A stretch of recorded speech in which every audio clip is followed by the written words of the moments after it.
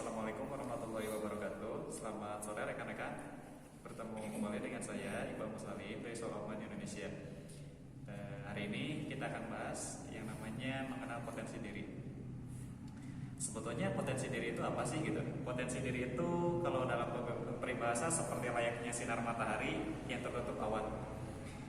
Jadi sinar itu atau pancaran dari matahari itu akan dapat terpancar ke permukaan bumi, akan sampai ke permukaan bumi jika kita mampu menghalau atau mampu menahan awan yang menyelimuti diri kita.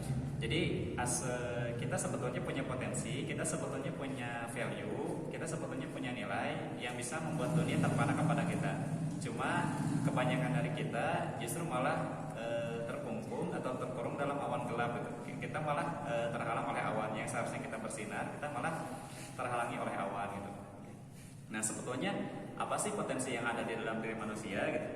Nah, manusia itu merupakan makhluk yang sempurna yang diciptakan oleh Tuhan. Solomon Indonesia mengajak rekan-rekan untuk lebih sadar, lebih aware bahwa rekan-rekan adalah makhluk sempurna yang diciptakan oleh Tuhan. Di mana rekan-rekan punya potensi, diantaranya adalah potensi spiritual, kemudian potensi emosional, ketiganya potensi intelektual, keempatnya potensi kepemimpinan, dan kelimanya adalah potensi fisik. Itu adalah potensi yang Tuhan kasih kepada rekan-rekan untuk dimaksimalkan, untuk dilatih lebih baik gitu. Itulah kenapa Solomon Indonesia mengajak rekan-rekan untuk lebih aware, lebih sadar bahwa rekan-rekan itu punya potensi loh gitu. Lalu apa sih potensi spiritual? Potensi spiritual itu seberapa kuat, seberapa yakin kita akan pentingnya kehadiran sama kekuatan dari Tuhan itu. Jadi ini menanamkan betul bahwa seberapa yakin sih rekan-rekan kepada Tuhan, seberapa kuat sih rekan-rekan kepada Tuhan. Jadi yang namanya keyakinan itu bukan seberapa besarnya, tapi seberapa yakin rekan-rekan akan Tuhan itu sendiri. Semakin kita yakin, semakin kita percaya kepada Tuhan, pertolongan Tuhan itu akan selalu datang. Keajaiban yang Tuhan kasih itu selalu datang kepada kita ketika memang kita percaya penuh sama Tuhan gitu. Nah, yang kedua, potensi emosional. Potensi emosional itu tingkat kestabilan jiwa sama emosi rekan-rekan. Apakah rekan-rekan punya kemampuan untuk mengatasi dan mengendalikan emosi, atau malah rekan-rekan justru istilahnya mudah dikendalikan oleh orang lain, oleh emosi orang lain.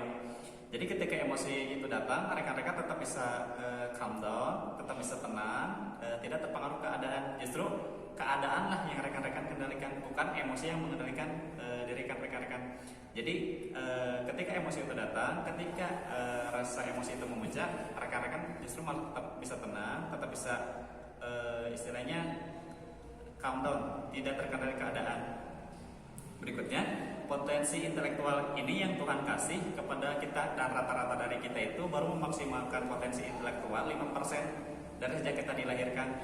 Justru 95%-nya belum kita gunakan, belum kita maksimalkan. Itulah kenapa Solomon Indonesia hadir untuk mengajak rekan-rekan memaksimalkan potensi 95% akal yang ada dalam diri rekan-rekan. Nah, potensi intelektual itu kemampuan daya nalar, kemampuan rekan-rekan untuk berpikir logis, berpikir reasonable sama acceptable. Apakah sesuatu itu masuk akal, apakah sesuatu itu bisa dimengerti dan dipahami, dan juga sesuai dengan hukum-hukum akal. Terus bisa diterimakah penjelasannya, bisa diterimakah penalarannya. Itu yang dimaksud dengan potensi intelektual. Potensi intelektual itu sendiri akan menghasilkan manusia pembelajar. Manusia pembelajar artinya long life learner. Jadi dari sejak dia dilahirkan ke dunia sampai nanti tutup usia, ketika manusia memanfaatkan potensi intelektualnya, maka dia akan jadi seorang pembelajar sejati dari sejak dia dilahirkan sampai dia nanti tutup usia atau akhir hayatnya. Berikutnya potensi kepemimpinan. Potensi kepemimpinan itu kita dilatih untuk memiliki rasa tanggung jawab, baik itu dalam hal yang skupnya kecil ataupun yang skupnya besar. Nah, kepemimpinan itu sangat berguna dalam bidang kehidupan, dalam masyarakat, sehingga kita bisa membuat kehidupan kita, usia yang Tuhan kasih kepada kita, itu membuat jalan hidup kita lebih bermakna, membuat jalan hidup kita lebih berarti untuk orang lain. Jadi kita hadir ke dunia itu untuk menjadi bermakna, untuk menjadi berarti untuk orang lain. walaupun kita udah nggak ada, walaupun kita udah tiada, nama kita atau misal apa yang telah kita lakukan selama kita hidup itu akan selalu dikenang dengan orang-orang yang memang udah kenal dengan kita. Lihat aja seperti Nabi Muhammad. Nabi Muhammad itu udah meninggal, tapi apa yang dilakukan oleh beliau itu harum sampai sekarang. Walaupun udah beribu-ribu tahun yang lalu, walaupun udah kita udah dilewati, tapi namanya kemudian apa yang dilakukannya tetap harum sampai sekarang. Terus contoh hal lagi di Indonesia seperti Presiden Soekarno. Presiden Soekarno punya jasa-jasa untuk memerdekakan Indonesia. Begitupun hal-hal lain yang dilakukan oleh Soekarno yang masih kita kenang gitu. Terutama kita yang hidup di Indonesia, kita sangat mengenang bagaimana Soekarno memperjuangkan agar Indonesia bisa merdeka. Itulah kenapa potensi kepemimpinan ini penting ya.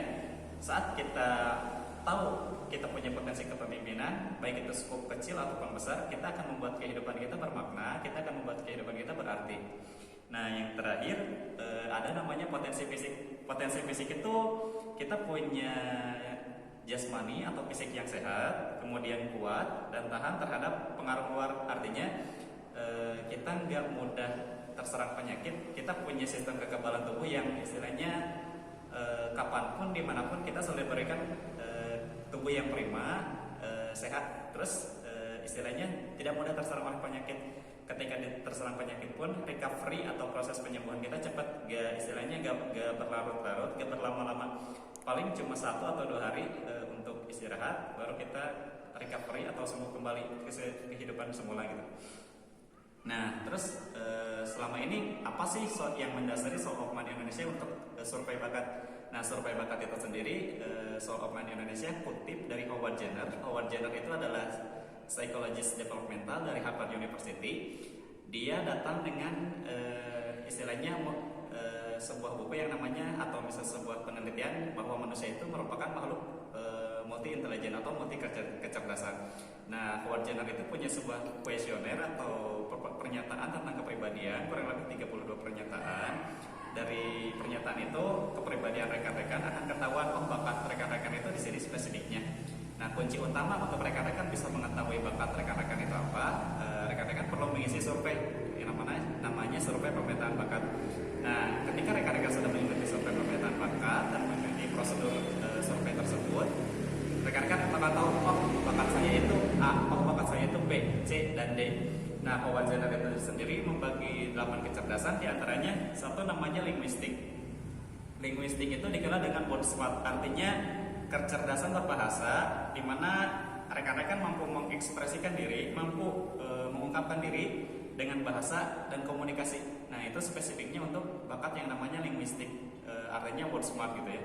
Kemudian yang keduanya ada namanya bakat logis matematik atau matematikal sama reasoning smart. Ini kecerdasan yang istilahnya kemampuan untuk berpikir logis sama analitis. Nah, jadi kalau bisa rekan-rekan suka dengan sesuatu yang logis, sesuatu yang masuk akal dan analisa gitu, maka rekan-rekan punya bakat logis matematis atau matematikal sama reasoning smart.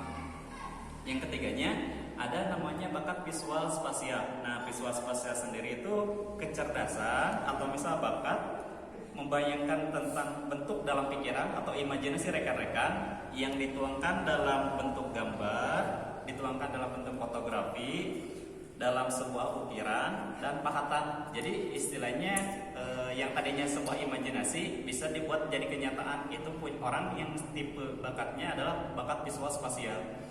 Nah, kemudian yang keempat namanya bakat kinestetik. Bakat kinestetik itu sendiri namanya adalah body smart. Berarti orang yang punya bakat kinestetik cenderung hyperaktif, cenderung senang bergerak.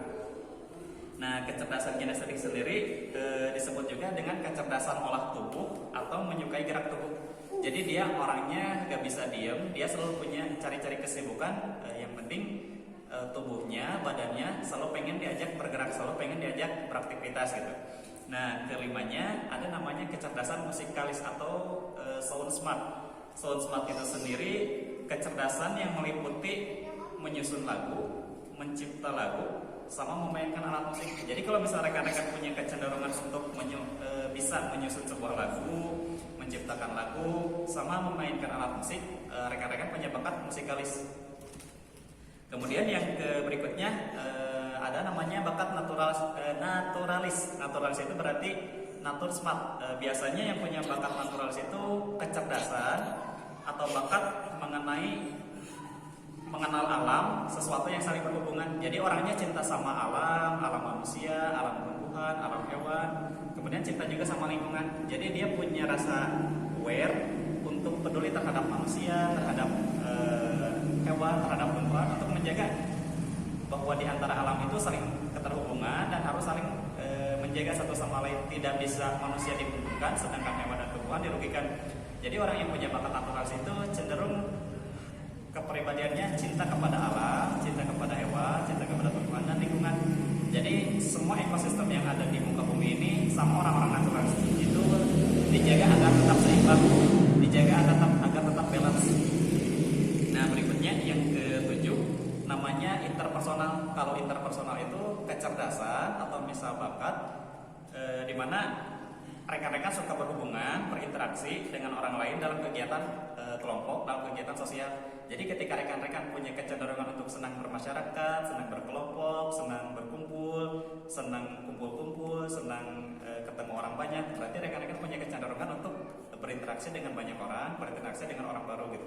Jadi orang-orang yang interpersonal itu senang bermasyarakat, senang bersosialisasi. Dan terakhir ada namanya intrapersonal. Nah, kalau intrapersonal itu kecerdasan atau misal bakat untuk memahami diri sama kemampuan dalam mengelola potensi diri sendiri. Jadi secara tidak langsung intrapersonal itu lebih ke dalam, lebih memahami diri sendiri sama potensi diri sendiri. Tapi bukan berarti orang seperti intrapersonal itu antisosial, bukan. Dia bisa bermasyarakat, cuma dia nggak dominan. Tidak seperti interpersonal. Intrapersonal itu harus kita tanya dulu, harus kita bangunkan dulu agar dia mau bersuara gitu. Jadi kalau interpersonal tanpa kita bangunkan atau tanpa kita pancing udah ngomong duluan. Tapi kalau intrapersonal harus kita sedikit kasih umpan baru dia mau ngomong, baru dia mau berbicara.